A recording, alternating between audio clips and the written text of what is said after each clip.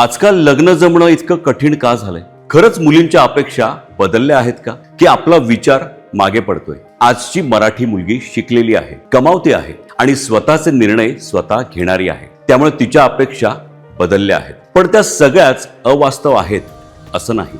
तिला नवऱ्यामध्ये सर्वात आधी काय हवं असतं? समजूतदारपणा, जो तिचं ऐकेल, तिला समान मानेल. मी कमवतो म्हणून मी मोठा असा अहंकार तिला नकोय. पैशाच्या बाबतीतही चित्र आता बदललंय. तुझं माझं असं नाही, तर दोघांनी मिळून आयुष्य उभारायचं हा विचार जास्त दिसतो. पण हो, काही वेळा तुझी कमाई ही आपल्या दोघांची कमाई आणि माझी कमाई ही फक्त माझीच असा टोकाचा विचारही दिसतो आणि तिथेच ताण निर्माण होतो. सासू सासरे नको असतात का? प्रश्न नको असा नाही, प्रश्न आहे स्पेस आणि समतोलाचा. जिथे हस्तक्षेप कमी आणि आदर जास्त, तिथे नातं सुंदर राहतं.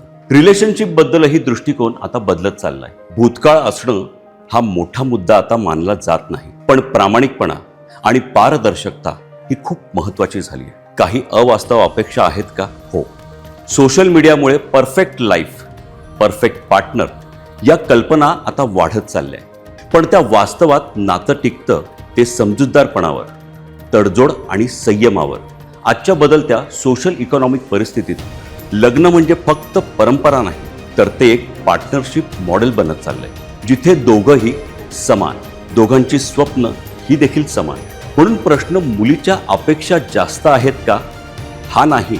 खरा प्रश्न आहे, आपण नात्याकडे अजूनही जुन्या चौकटीतून पाहतोय का? कारण शेवटी यशस्वी लग्न हे परफेक्ट माणसांमुळे नाही, तर एकमेकांना समजून घेणाऱ्या दोन माणसांमुळे घडतं. तुम्हाला काय वाटतं?